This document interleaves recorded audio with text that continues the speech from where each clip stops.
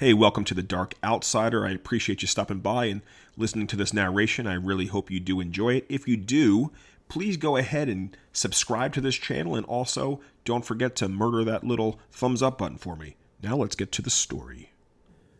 What are dreams? What are they truly? Are they nothing more than bits and pieces of thoughts and ideas thrown together without design or purpose? Might they serve a greater purpose, such as whisper tales of coming days or reveal forgotten, lost recollections from days long past? Maybe your soul is expelled from our bodies each night, thrust into the void, and travels to lands far away. Consider this. What if our dreams are more than just nonsense? What if they were premonitions and told of adventures not yet had? Tell me, have you ever had a dream that revealed wonders so great it made your waking life seem distant and dull? Have you ever dreamed a dream that revealed glimpses of who you are and whispered secrets of what you're meant to become? Do you know of anything that could fill you with such sorrow to awaken each morning in desire with all your might that your eyes would open to a brand new world, yet never does it come? With every sunrise, that is the burden I bear. However, such sadness does not consume me, for you see, in my heart, I know my dreams are much more than wishful thinking and a longing desire for something more to this life. They are so much more than you can possibly imagine, for you see, my dreams are preparing me for great things to come. I know that to be the truth. No, it does not offend me when you roll your eyes at me. You are not the first to dismiss my words or mock my resolve. Many simply laugh out of amusement, and others feign looks of pity towards me. They say, surely only one who is mad would entertain such foolishness. They can see only a land of make-believe, a fairy tale fabricated from the mind of a boy. They cannot accept that a child, orphaned as an infant, who never knew the embrace of a mother or the guidance from a father, could still possess a birthright of greatness. Nor would they consider such a waif could excel above all others with only the determination of his heart and by the strength of his hands. Despite it all, I hold no malice towards anyone, for their conclusions are not without logic, albeit sadly short-sighted. Well, soon, all will be revealed. For tomorrow is my birthday, and when I am gone, they will know they were wrong. You see, tomorrow is the day my dreams have been telling me about for as long as I can remember. It is the day my dreams foretold. Before the sun sets on your 5 and 10th year of life, you shall return with hope and salvation on your back and light in your hands. By your blade you will rid the land of the worm.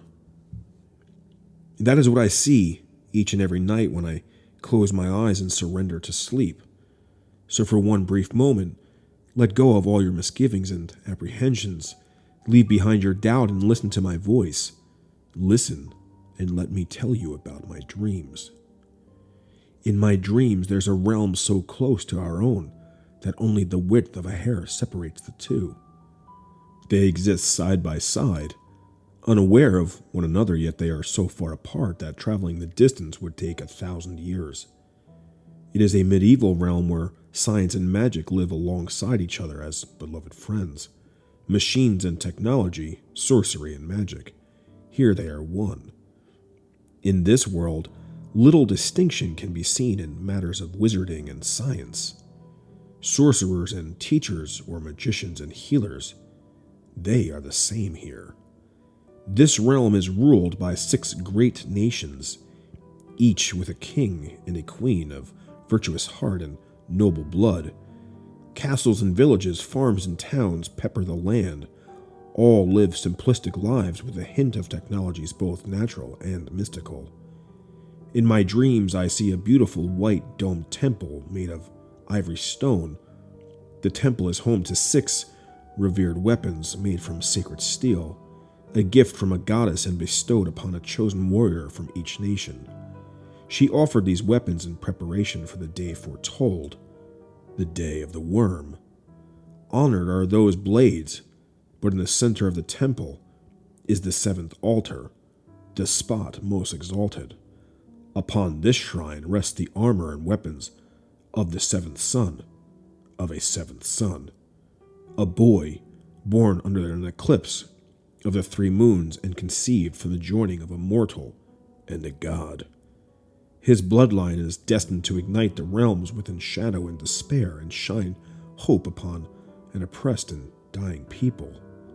In my dreams, the weapons I wield are made from mystical steel of silver and blue. My armor is impenetrable and durable, yet impossibly light. My gauntlet extends past my elbow and serves as my shield. Upon the broad cuff of the metal-plated glove is housed a diamond-shaped disc with 3 blades that emerge from its tips with a lethal snap. When flung at my enemies, the disc obeys my will. It lays waste to all of my foes, then faithfully returns to my hand without fail, every time. Forged was my sword from the last remnants of creation. Its steel was tempered under the solar storms of a distant star and cooled with the very essence of life. It is the mortal enemy of rot and decay. Never will my sword be broken. Nothing can shatter its blade. It is impervious to impact. Never will its edge become worn and dulled. The jeweled eyes that sits within its hilt is my symbol and banner. It is the beacon that shines a light of hope and victory against any abomination that dares stand against me. In my dreams, I see a day in which black rain falls from the sky. Ropey and fibrous strands of greenish-black tar pour from the clouds. Its touch brings death and decay across the land. The arrival of the worm is heralded by a clap of thunder as his fortress bursts through the clouds. It pierces the ground like a dagger stabbed into flesh. It is a jagged and pointed crystalline citadel with bulbous blister-like domes upon its walls. The crystalline mountains is the throne from where the worm will conquer and reign. Black waterfalls pour from the dark fortress and crash to the ground, spreading outward from the mountain's base. It is the source of the decay, a black mold of writhing masses of tentacles and tendrils that infest the land with its disease of corrosion. Everything it comes into contact with begins to corrode and rot away, except for one thing: the dead. For what is a warlord without an army of pawns? The dead are absorbed and transformed into vessels for the decay to use and take form. They are the loyal eyes, the foot, and the iron fist of the worm. The once good people are now primal and vicious creatures, robbed of the peace one would find in death. They are servants of the worm. They attack with such rage and violence, even the mightiest of soldiers cowers upon their approach. They strike with fingers as sharp as daggers, and they stab with limbs as deadly as spears. The worm leaves a wake of desolation and decay in its path. It fills its ranks with the deceased and slain flesh of the villages it encounters. From his fortress, the blisters upon its walls are released, and its army of decayed and mindless drones carry the smelly, rotting masses into the heart of all 6 nations. It will plant itself into the ground and become extensions of the mind and will of the worm. For there it will wage war against every man, woman, and child. It will lay siege against the people with a battle cry of death rattle, screamed from the lips and mouths of their deceased friends, families, and loved ones. In my dreams, I see the goddess blessing the 6 warriors of each nation before spiriting away the 7th set of weapons. She takes them from the walls of the vulnerable temple and hides them in a place far from the worm's reach. There they will wait for the child foretold to come. In a final act of sacrifice, I see the goddess exhausting the last of her immortality to open a door of light. She places a tiny infant at the entrance, and before closing the door, she says with tears in her eyes, "Goodbye, my dearest little one. Goodbye, my beloved son." It is 20 minutes to midnight, the day of my 15th birthday. I sit on the cold wooden floor and am trembling next to a heated stove. But it is not the cold I tremble from. It is a deep fear that fills my heart, the deepest I have ever known. However, make no mistake, I do not fear what is to come. I want that life so much. I am not afraid of my destiny or the future thrust upon me.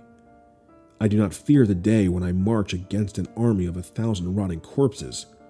I am not afraid of the many battles I will fight. I do not cower from the thought of the many monsters I will face and the many friends I will lose.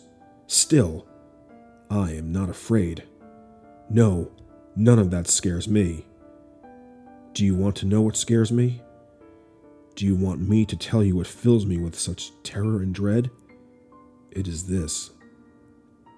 I am so afraid that when tomorrow finally comes, it will come and go, like any other ordinary day.